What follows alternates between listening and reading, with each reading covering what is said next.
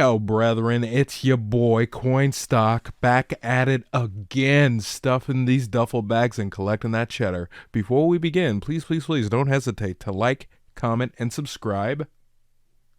Also, disclaimer, I'm not a financial advisor, I'm just a friend trying to educate you. And boy, do things look hectic, my guys, right?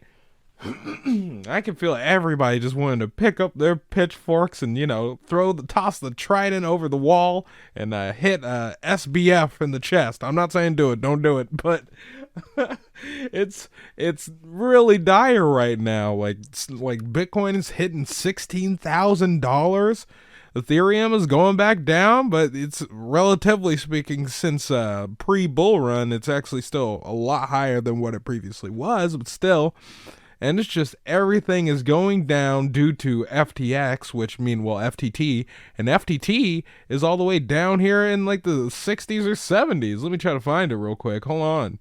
Yeah, FTX is right down here at 77. It got $3.43, but we're going to be looking at that news today. And then we're going to look at what the stock market's actually doing right now and how it might be kind of linked to the crypto market. Then we're going to talk about Binance and the trickery they're trying to do now. And then we're going to see one of the loaning companies that what they were doing with FTX. And then we're going to look at MetaMask's new thing. And then we're going to look at some other news that I don't recall. And then we're going to look at like two little bits of Polygon MATIC stuff. So stick around, brethren. All right. So first of all, let's go to the Dow Jones, right?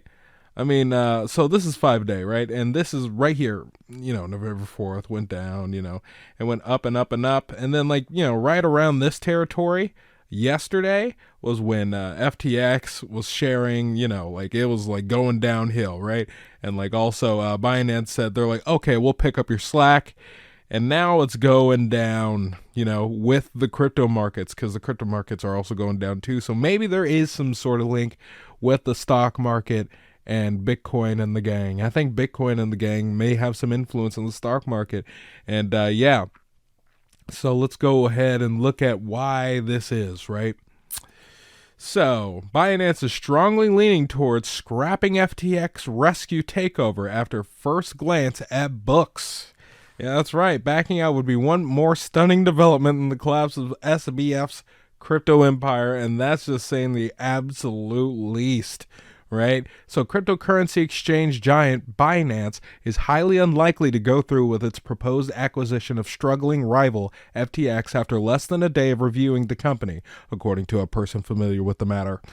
Binance's non-binding letter of intent for the takeover announced Tuesday as FTX's financial position appeared to be spiraling out of control, hinged on Binance performing due diligence roughly half a day into that process of reviewing FTX's internal data and loan commitments has led Binance to strongly lean against completing the transaction, the person said. Binance declined to comment on the current status of the proposed deal. FTX also declined to comment. So, losses in the cryptocurrency and U.S. stock market worsened. Bitcoin, BTC, revisited its 2022 low of around 17,100, and ETH returning to its post-merge low of 1,160. So, and the CoinDesk market index recently was down 5.2% from 24 hours earlier. And the S&P 500, the benchmark for American equities, fell to its low of the day. Right? And there's more stuff down there. But real quick, yeah. So FTX is floundering and Binance might not even get FTX, which, it's kind of fair. I can see where Binance is doing that. Maybe they looked at their books and it was all kind of wishy-washy, but supposedly from another news source that if Binance bought out or acquired FTX, then they would have 80% of the market share. And plus, they already took down FTX. More people can just migrate over, you know what I mean? So let's continue. Backing out would be yet one more stunning step in a week of drama.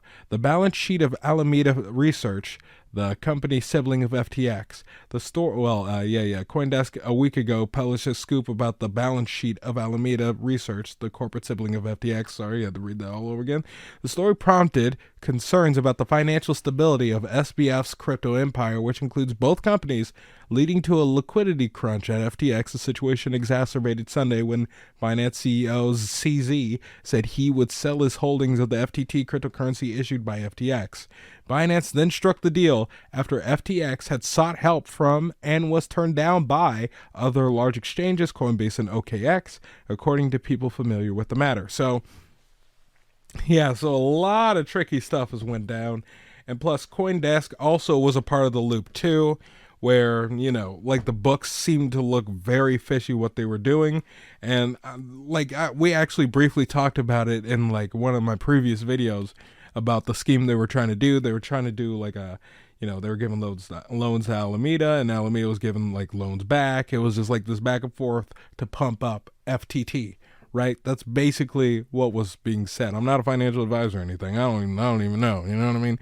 But yeah, let's go to the next bit of news. So Maple Finance halted Alameda or MEDA loans in May after seeing key weaknesses, right? So Orthogonal Credit, which manages unsecured lending pools on Maple Finance, said it denied lending to Alameda earlier this year. Orthogonal Credit, a delegate firm that manages lending pools on Maple Finance, said that earlier this year it made a decision to not lend to Alameda Research, FTX Exchange's sister trading firm that's now reeling under a liquidity crisis. Orthogonal had previously issued $288 million in loans with a specific pool dedicated to Alameda, which started in November 2021 and closed in May 2022. And another pool called USDC01, Orthogonal hasn't underwritten a loan to Alameda since February of 2022. So supposedly, although I believe they declined to comment about any of this, so these other organizations that weren't exactly Binance or, well, I guess they would be FTX related since they gave them loans prior. But it seems like these other organizations knew what were going on but just didn't say anything. That's kind of rich. So during our Alameda due diligence earlier this year, the team identified a number of key weaknesses: declining asset quality, unclear capital policy, less than robust operational and business practices, and an increasingly Byzantine corporate structure, Orthogonal said in a tweet post. And that's basically it. So not only did they have a scheme going on, but on the just management in general, the corporate structure is it was devolving basically. So yeah, there's that. Let's go to the next bit of news. Now, if you're having trouble with that, oh boy, get ready for this one. Nearly $1 billion of Solana is set to be unstaked in 24 hours. And if we look back at CoinGecko, hold on, it was at the top 10. Now it's TVL has been going down since, but now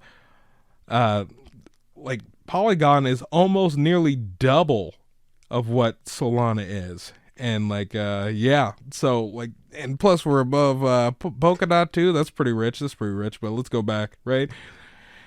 So let's continue. Solana, worth nearly $1 billion, will be available to be unlocked on Wednesday. This represents 13% of the coin's circulating supply. This will be the second largest token unlock of Solana in terms of the number of coins being unstaked by validators.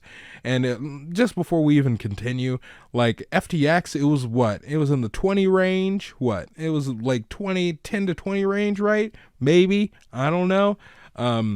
But now it's having this huge liquidity issue. Of course, it's based off of the exchange, but and it was holding other coins too. It was bringing all the other coins down. And when it hits one coin, other coins go with it, especially these heavy hitters, right? So Solana validators are scheduled to unlock 49.6 million SOL, $945 million, when the current epoch ends in less than 24 hours time, representing 13% of the coin supply. It's the second largest volume of tokens to be unlocked in any Solana epoch, and it is coming amid a time of considerable tumult in the crypto market. And the website's dashboard currently shows over 47 million SOL tokens scheduled to be unlocked by validators. This number has increased from 18 million in the space of a few hours. The increase likely indicates that more validators are choosing to remove their staked tokens from the network. And that's kind of basically it. So yeah, if you're a Solana hodler, I mean, it's up to you. You do what you want, man. But, oh, man, it's just, what a horrible time to release tokens right now, So let's continue. MetaMask rolls out bridge aggregator for cross-chain crypto transfers. So MetaMask has added a bridge aggregator to its recently launched portfolio app. The bridge aggregator will show users the best route for making cross-chain token transfers. Now, this will actually be a very good thing for Polygon, especially like integrating into MetaMask. So the release is in its beta form, right? And they're bridging in crypto, bridging in crypto involves the transfer of tokens from one chain to another, and the process requires the use of a bridge provider. MetaMask says its bridge aggregator will support 4 bridge providers, including Connext, Hop, Seller, C-Bridge, and Polygon Bridge right there. That's already pretty great. So it will involve Ethereum, Avalanche, BNB Smart Chain, and Polygon, which, the chains, not even the bridges, but it will also support tokens, including Ether and Wrapped Ether, popular stablecoins such as DAI, and native gas tokens like MATIC. So MATIC will be, pretty big deal. All right, so the bridge aggregator will help users find the cheapest route for moving coins across supported networks. And MetaMask said it will not charge transaction fees for bridging crypto during the beta release. Yeah. So, I mean, that's basically it with the news. I mean, other than that, I mean, there's nothing really to talk about. Just this FTX thing, and like everything's bearish. There's not really much, right? But I mean, relatively speaking, although Polygon, it's been down, it's like down over like 23%. Like it fell down from $1.20 to now 82 cents. I mean, the TVL is still, relatively speaking, it's still here, right? Like there's still 1.14 billion. Now we did have 1.4 billion, right? And that's a lot to unpack, but all in all, that's looking pretty good. And also, Polygon is actually collecting a stupid amount of fees to what it usually does, because just the other day I was talking about we only had like $200,000 in fees, but now we have $1.4 million in fees in about 7 days, right? So this is already looking neato. Actually, let me refresh, because I just refreshed this while starting this video. Let's refresh it again, see what it looks like. Well, now it's 6,607, so take your pick, right? And yeah, that's pretty good for 2,000 in 15 minutes. And yeah, that's all that needs to be burned right there, and that'll be like a total of 463,818, which will add to that. And hey, at least Matic's getting more scarce, but other than that, dude, there's nothing really in the news except for FTX. People are kind of steading fast. They're waiting to launch something because all of this stuff is just too scary right now. But what do I know anyway? I'm just keeping you up to date on the down low. So I guess I'll see you guys later.